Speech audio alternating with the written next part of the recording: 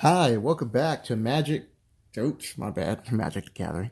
Hi, welcome back to Comicbook Gallery. I'm your host, Joaquin. Today's video, we're going to be talking about some books that I traded for some Magic the Gathering cards. That's why I said Magic. I traded my buddy Sean, who's also into collecting comic books, $120 worth of Magic the Gathering cards for a value of $120 in comic books. And I picked up Uncanny X-Men 180 to 189 to fill up my gap, and so I can continue doing my videos because I'm going to be heading to California this weekend, and next month I'll be in Las Vegas to look at my storage, and I don't remember if I have this run there. So in case I don't, I thought I'd pick it up. That way I could continue my making videos on Uncanny X-Men. And I also picked up 190 to 199, and I picked up some Dazzlers. So this is going to be a 3-part series.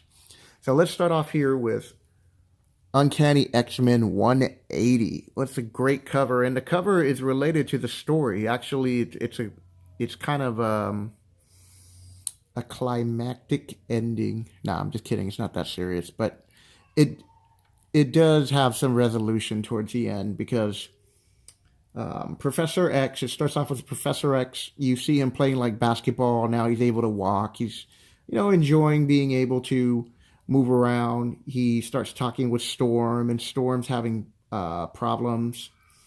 And later on, you see Storm, and she visits some gardens in New York, and she breaks up a robbery in progress.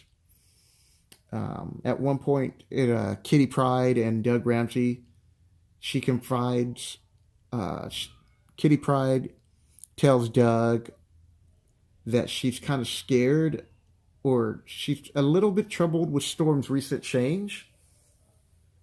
And at that point, Doug asks her to accompany him to the Massachusetts Academy, which we all know is run by the Hellfire Club.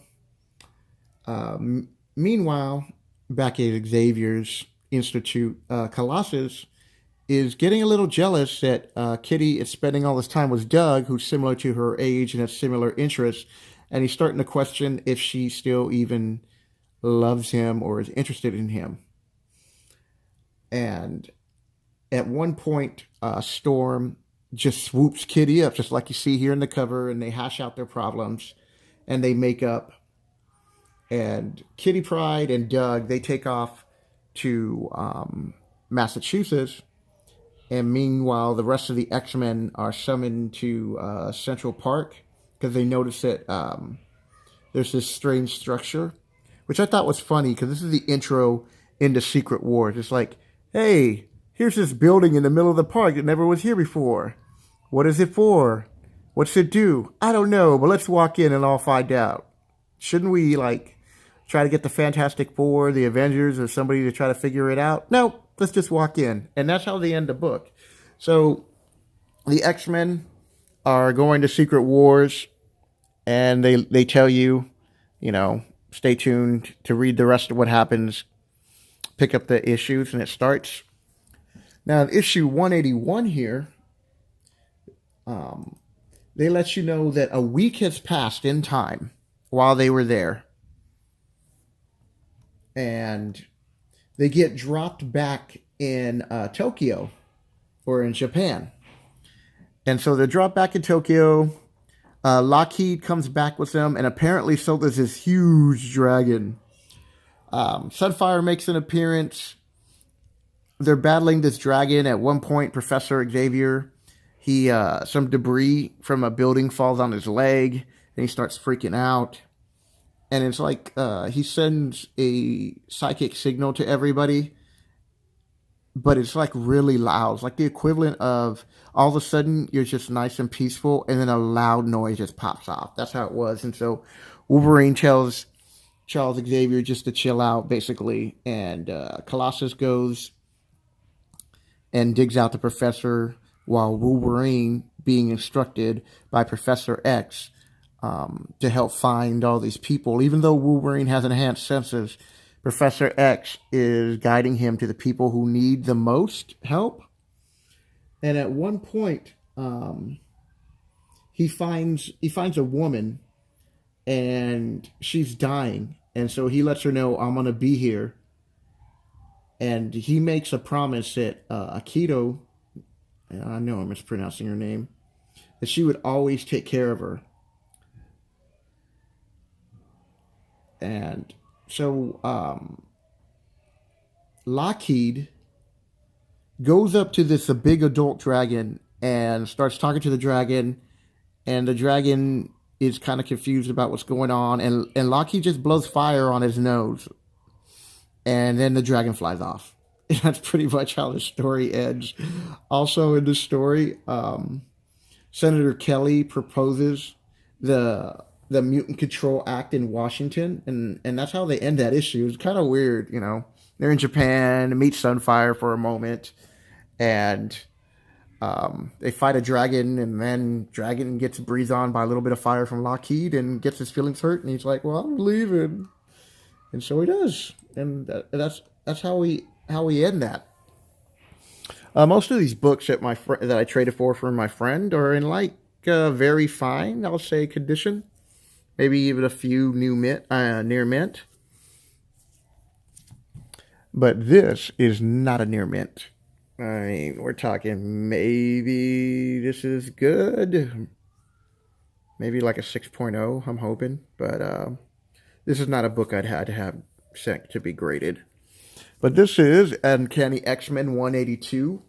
So Rogue attacks a SHIELD Hellcarrier after learning about Michael Rossi's capture. So Michael Rossi had a relationship or knew Carol Danvers before Rogue had wiped out her memories, as now possesses part of her.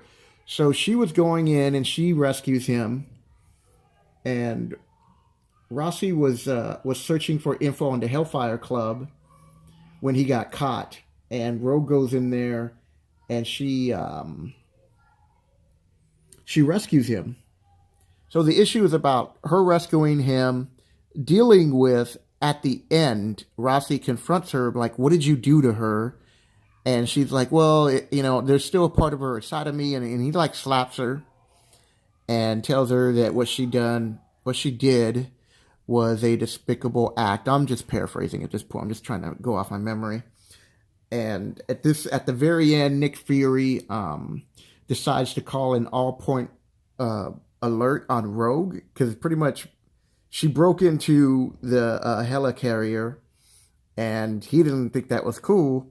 So the end result is, even though she rescued this guy and did a good deed, there are consequences to pissing Nick Fury off. And that's how that issue ends.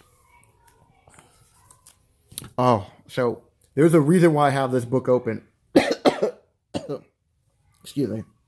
Fighting a little bit of a cold here. But, so this is 183.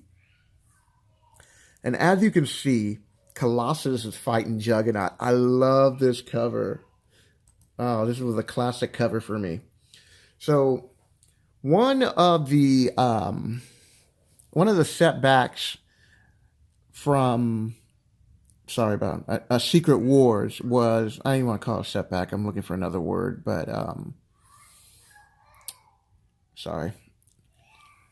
Colossus meets a woman there, and he falls in love with her, but she dies. So he feels ramifications, I guess that's the word I was looking for. So he feels guilty that that he cheated on Kitty, even though they're not married, and they're not even, I would even say, in a serious relationship. They're just starting a date. And so Peter meets up with her at the very beginning of the issue, and he breaks up with her, because he told her that he fell in love with an alien healer on the secret battle world. And I think her name was like Zase.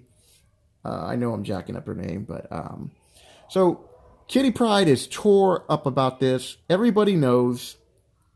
And Wolverine, this does not fly with Wolverine. Because for those of you who are X-Men fans, know that him and Kitty Pryde have a really good relationship, and he kind of considers her like a daughter. Same thing with like Jubilee. And there's also another woman. And these are little surrogates that, Wolverine has decided to to take care of and mentor. So Wolverine catches up with Colossus and decides that he's going to teach him a lesson. Nightcrawler gets wind of what's happening, and he notices that Wolverine and Colossus are getting into a car.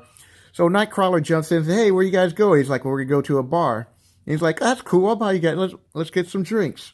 So they get to the bar, and, Wolverine's telling Colossus what he did was not cool and that he hurt her feelings a lot. And Colossus is like, "What? I'm not supposed to stay true to myself? What about my feelings?" And at one point, Wolverine notices that that Juggernaut's there, and he pushes Colossus into Wolverine, spilling a drink, which then occurs into a fight, which is a great breakdown of what's going on. And I want to show you some of these scenes, of all these issues here. So here's the scene where they're breaking up. Here's the scene where they spill the drink. And then Colossus gets pissed and talk about, if I didn't transform, I could have been dead. You most likely would have killed me. And it's on, people. And Nightcrawler goes to try to help, and Wolverine's like, "Nope, let him take his licking." He's like, "I was going to do this myself, but let's just sit back and enjoy the show." And I want to say at one point, Wolverine says he'll pay for the bar fight. He'll pay for the destruction. And it gets brutal, people. I mean, look at what no, that's not it. But he drops a bar on him. He's like, "Here where Juggernaut returns the compliment." Bam. Wham. Or should I say whammo. And of course, everybody at this point is like, "Run." So the fight continues. Okay. And Juggernaut literally drops the building on him.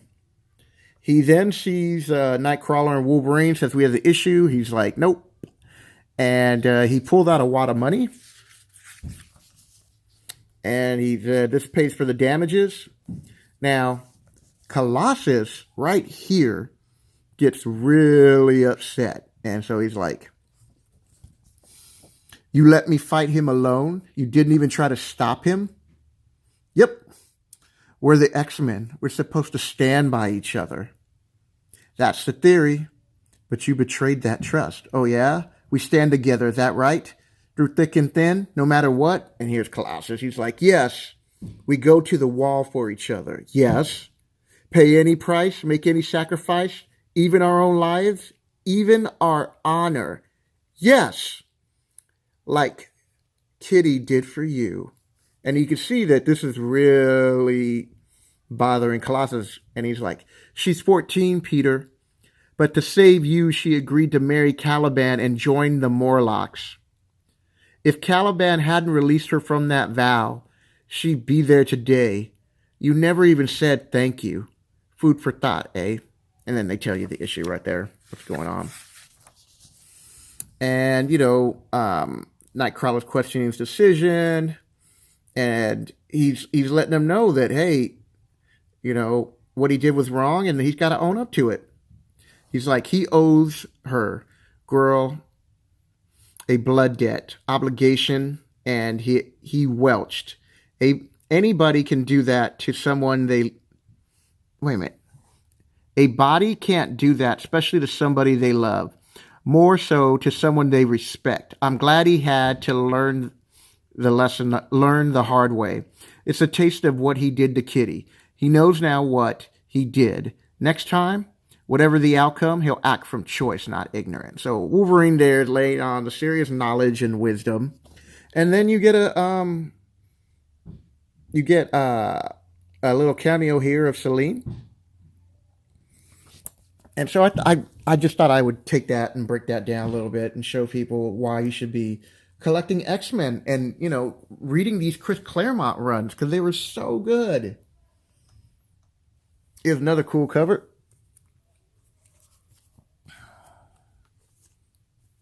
So here is X-Men 184, and this is Professor X battling Selene, who is a vampire mutant. So, my bad. So this this is starting to tie into the Days of the Future Past. So Rachel comes down and she knows that the X-Men who they are, and she doesn't know that Jean Grey's died yet. So she's she finds out about Celine and takes an issue with her and starts to hunt her down. Well, she gets caught and ambushed, and Professor X has to come in and save her, along with the rest of the X-Men. So this is a cool little episode where, you have Professor X coming in there, and you're just seeing him battling other people, which I thought was cool. This excuse me. This cover's nice. I like the use of the colors here. Nice motion. You're seeing this epic battle go down. This was a great episode. So now we get into Rogue Public Enemy. Because remember, back in 182, Nick Fury's after her. So at one point, Forge makes a gun called the Neutralizer. And the government wants to use this gun to start tracking down mutants and using it, but first on Rogue. So they track down Rogue, who's with Forge, and Storm. And Storm takes the hit for Rogue. So Rogue should have been the one who lost all her powers. And I can see why they, when you're looking at the story down the road and what they've been doing with Rogue, I could see why that they didn't just have it hit her and have her lose all her powers and be able to touch people, because they wanted to keep that about her. So they hit Storm. She loses her powers. They get away. And in the next issue, they're dealing with the results of what happened. So this is a double-sized issue. Life and Death, a love story. So having lost her powers to the Neutralizer, so Storm gets really depressed, and Forge is trying to help her. She's almost suicide. She's trying to come with terms of who she was and who she is now. And Forge is also suffering because he was in the Vietnam War, and he's having his issues. So both of these guys are just having their issues. Agent Gurich, he learns that Forge created the weapon that he knows that he created the weapon, the Neutralizer. So he's coming there to try to see what else he can get. Xavier can't find Storm now. So Storm's disappeared. No one knows where she's at. And he can't find her with Cerebro because Cerebro is picking up on mutants.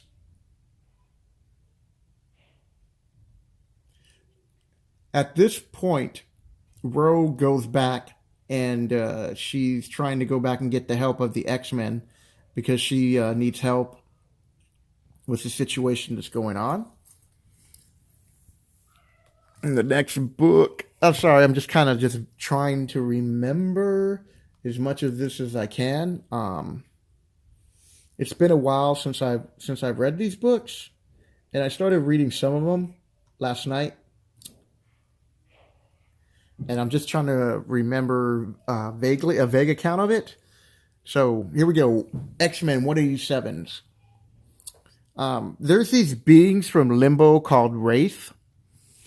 And in this issue, you were talking about they decide to make a move on Forge because Forge has this weapon that they deem worthy of their destruction.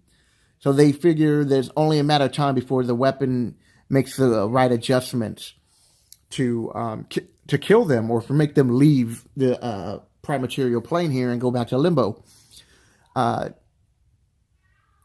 Magic makes an appearance. They fight him. They give him a butt whooping, and that's pretty much the what this issue is evolving in.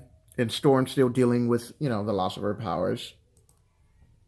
So this kind of run is interesting in the sense of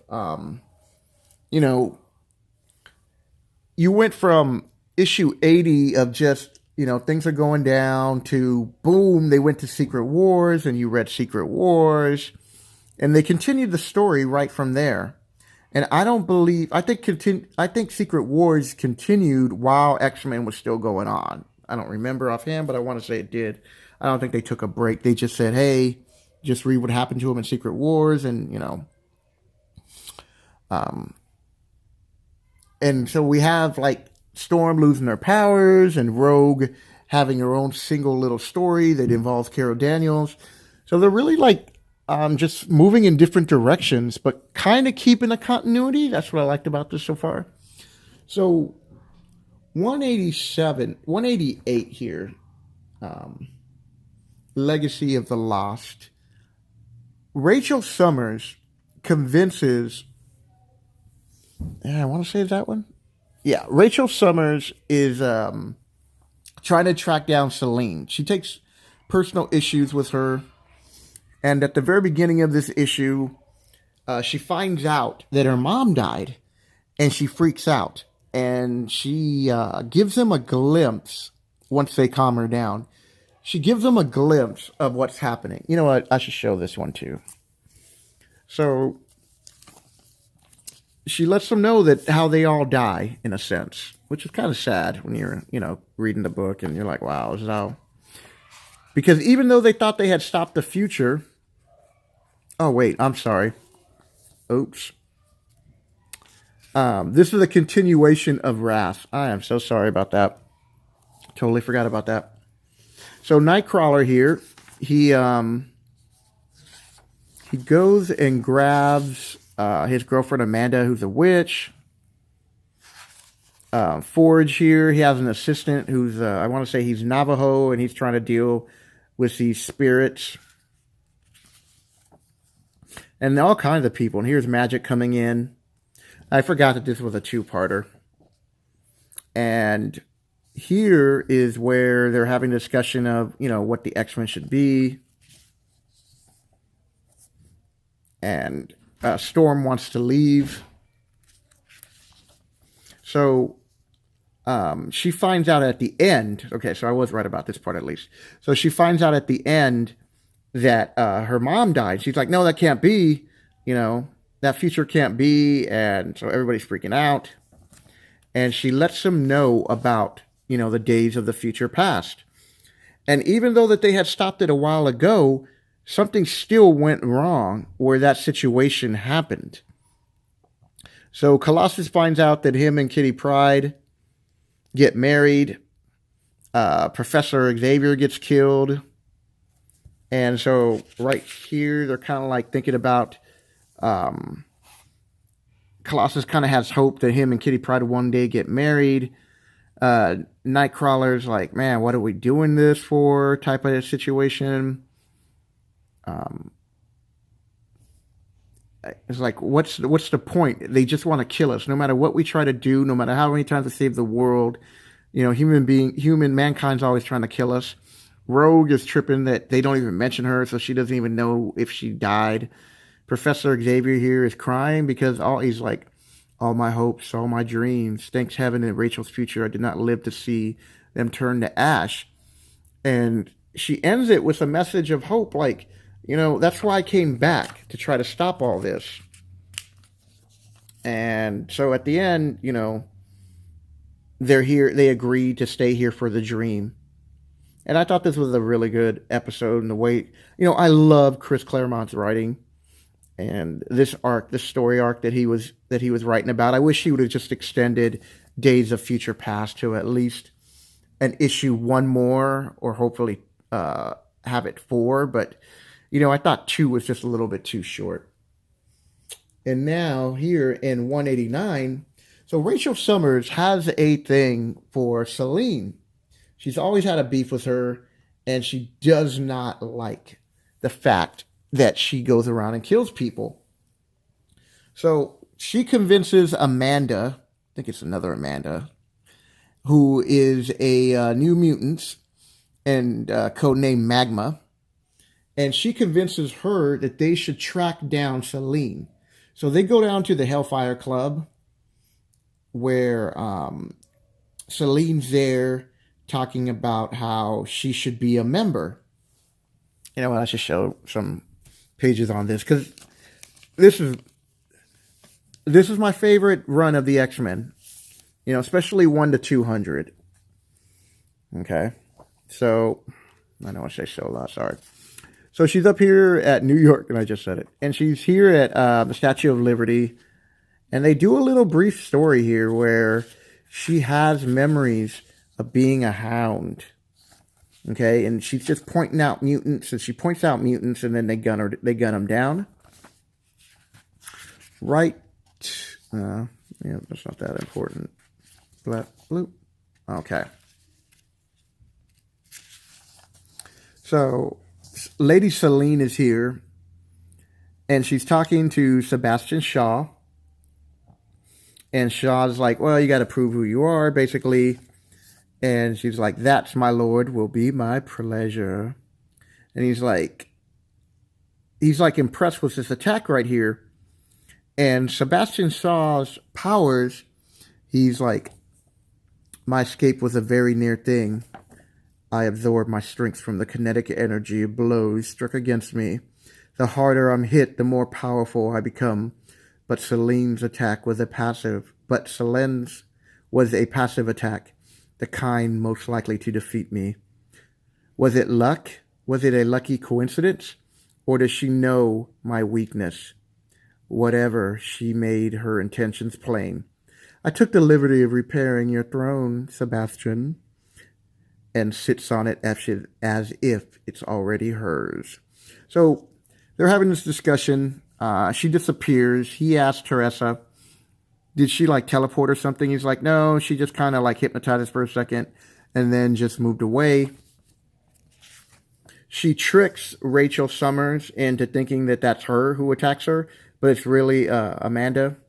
And so she brings in both of these and gives them as a gift to Sebastian so she can have membership into the Hellfire Club. It's a nice little cool splash page. And so her and Amanda are forced to fight, and she's trying to find a way to trigger her out of it, which I thought was cool. And at one point she does, and she turns into magma and just starts melting everything. And Selene, who's very powerful, is able to start getting back control over the situation. And while that happens, because Rachel Summers is still young, learning her powers, as she gets older, she should be able to take her down. But Nightcrawler comes in, grabs Selene, knocks her out. The X-Men come in, and basically he's like, hey, this wasn't my idea. I didn't bring him here, and we don't have a quarrel with you. And that's how they end.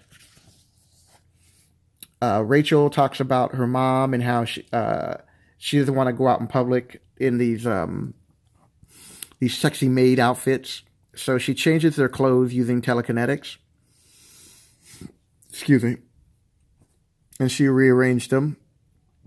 Telekinetically transforming his clothes like this. Okay. So she's a little exhausted. And so they leave. And that's how they end this run. And you see this little amulet here. And we're leading into a new storyline, which I do have. I have 190 through 199. And I'll be talking about this because, once again, when we're talking about speculations, this book spiked for a moment and then went back down. I want to say there might have been the first appearance of Nimrod in here. So there's a lot to look forward to in these next issues coming up and the next video. So I hope you like what you see. If you do, hit the like button. If you're new to the channel, hello. I hope you like what you're watching so far, and hopefully you're learning something about the X-Men and why I love collecting them. Hit the subscribe button, and don't forget to hit the little bell to get a notice. I thought I had made a really good trade with my friend, and I'll wrap up what I thought about the trade on the third episode once you've seen everything in full what I've got. So that'll do it, people. I hope you are having a good week, and take care.